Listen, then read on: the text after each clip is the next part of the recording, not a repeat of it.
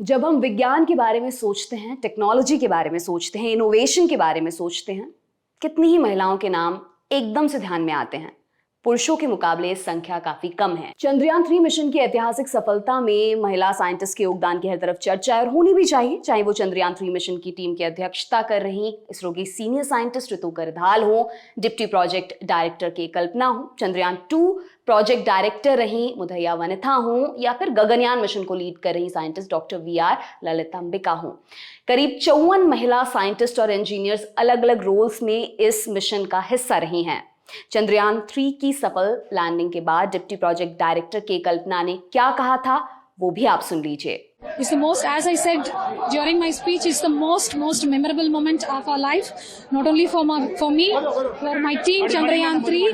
This is the achievement for which we have slogged for the past so many years.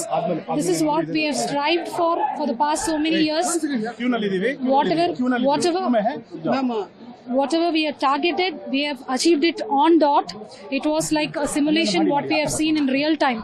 It was equivalent to a simulation which is really happening on the power descent phase.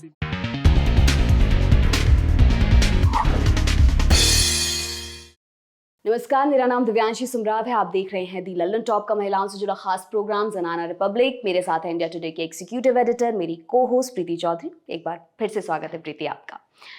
आज के episode में हम बात करेंगे science और technology के क्षेत्र में स्टीरियोटाइप्स को तोड़ रही महिलाओं की। जानेंगे ये क्यों जरूरी है और किस तरह के बदलाव महिलाओं के इस पार्टिसिपेशन से संभव हैं। प्रीति, एक बहुत बड़ा स्टीरियोटाइप चलता है हमेशा से कि महिलाएं टेक्निकल चीज़ों में थोड़ी कमज़ोर होती हैं और साइंस और टेक्नोलॉजी में इतना अच्छा नहीं कर पाती जितना आर्ट्स के फील्ड में कर पाती हैं। इस तरह की तमाम चीज़ें मतलब बचपन से हम भी सुनते आ रहे हैं और भी महिलाएं सुनती होंगी, शायद आपने भी सुनी होगी। तो आपको क्या लगता है इस स्टीरियोटाइप की क्या जड़ है? हमें कई बार ऐसा भी होता है कि कॉज को इफेक्ट की तरह दिखा दिया जाता है और वो साइकिल चलती रहती है। What do you think about it? नहीं, बात तो बिल्कुल सत्य है, क्योंकि ये जो स्टीरियोटाइप है ये हमारी सोसाइटी में बचपन से ही इनग्रेन्ड होता है। अगर आप खुद ही देखें, जब आप 10वीं कक्षा पास करते हैं और आप 11वीं और 12वीं में जाते हैं तो आपको सब्जेक्ट पिक जो होता है, या आप आर्ट स्ट्रीम में जाएं, आप अकाउंट्स लें या आप साइंस लें। अगर आप देखेंगे कि साइंस सेक्शन में अधिकतर मेन वो पिक करते हैं, और अगर महिलाएं आर्ट्स में जाती हैं तो ठीक है, पर उनको मतलब हाँ, महिलाएं तो आर्ट्स ले लेंगी, होम साइंस ले लेंगी, वैसे सब्जेक्ट्स ले लेंगी।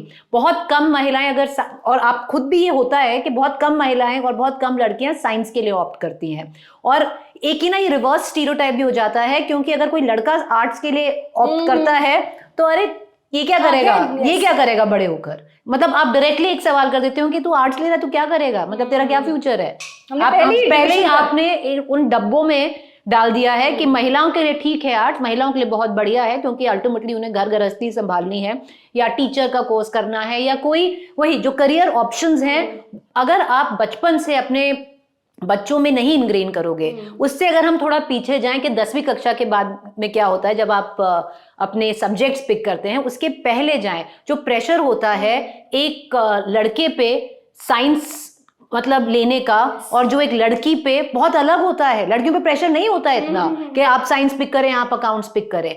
उसके आगे जाएं, जब आप बहुत ही छोटे होते हैं, बचपन में जब इनग्रेन हो जाता है, जो कॉन्वर्सेशंस होती हैं, और एटलीस्ट हुआ करती थी, आई होप आजकल नहीं होती हैं, जब पेरेंट्स अपने बच्चों से बात करते हैं, ऐसा नहीं है कि वो उन्हें प्यार नहीं करते, उनको सक्सेसफुल नहीं देखना चाहते, पर एक सिस्टमैटिक इनग्रेन्ड जो कहते हैं ना, एक सिस्टमैटिकली उनके जहन में डाल दिया जाता है बचपन से ही।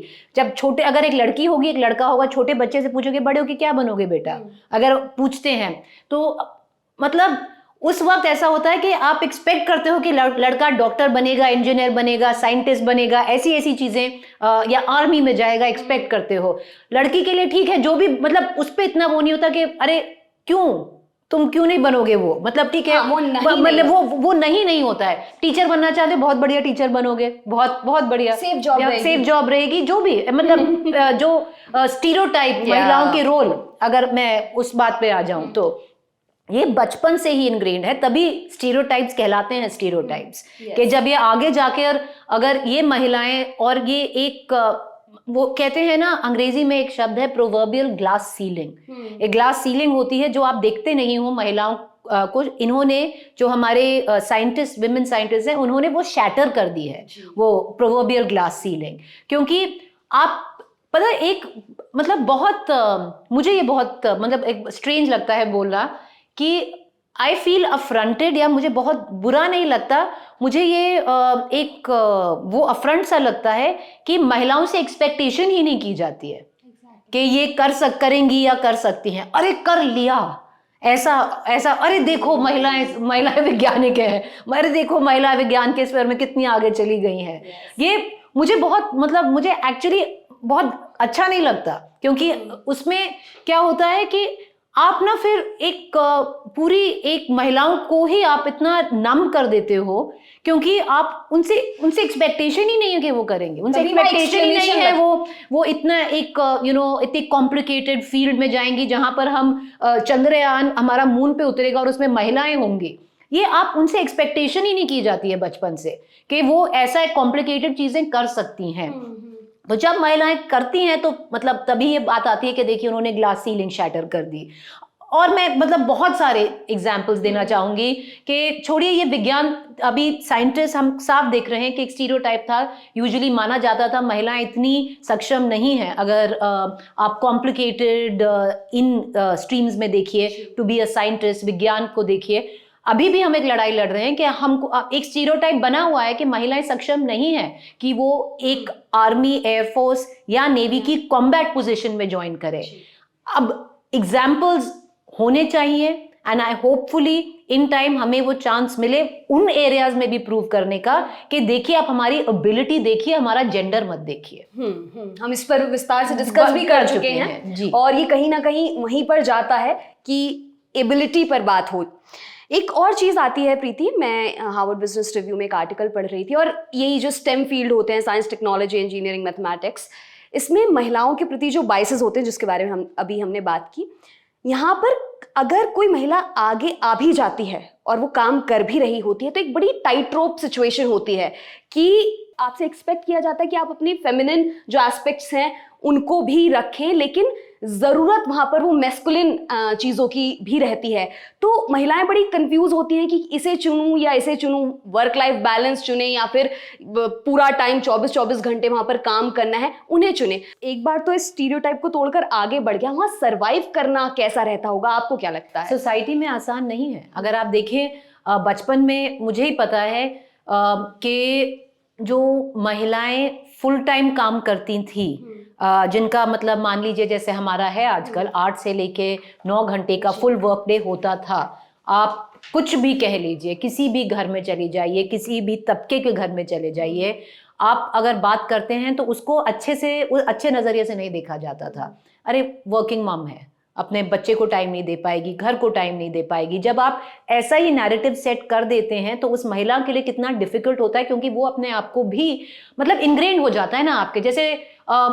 फॉर मोस्ट मैन उनमें इनग्रेन्ड है, पुरुषों में इनग्रेन्ड है कि उनको अपना फैमिली संभालनी है, उनको पैसा कमाना है, उनको अपनी वाइफ को टेक केयर करना है, अपने बच्चों को टेक केयर करना है, अपने पेरेंट्स को टेक केयर करना है, ब्रेड विनर बनना है। एक इनग्रेन्ड हो जाता है उनके उसमें। महिलाओं में भी एक इनग्रेन्ड हो जाता है कि देखो तुमको अपना फैमिली संभालनी है, तुमको अपने हस्बैंड को सपोर्ट करना है। अगर एक बैक सीट एक कपल में कोई भी लेता है, एक बैक सीट लेता है अधिकतर, और मैं ये 99% के कह रही हूँ, मेरी इतनी दोस्त हैं, मेरे इतने फ्रेंड्स हैं, और अगर आपके भी होंगे, अगर एक कपल में से अगर बच्चा हो जाए या कोई प्रॉब्लम हो जाए, किसी को करियर में बैक सीट लेनी होती है, हमेशा महिला लेती है, पुरुष नहीं लेगा वो बैक सीट। ये एक इनग्रेन्ड एटमॉस्फेयर होता है, और उसमें जब आप जाकर ये इनग्रेन्ड जो एटमॉस्फेयर है, स्टीरियोटाइप को आप ब्रेक करते हैं, और आप ये जैसे आपने बोला यहाँ पर आप मतलब 12 आवर्स 13 आवर्स डेज आपके जाते हैं,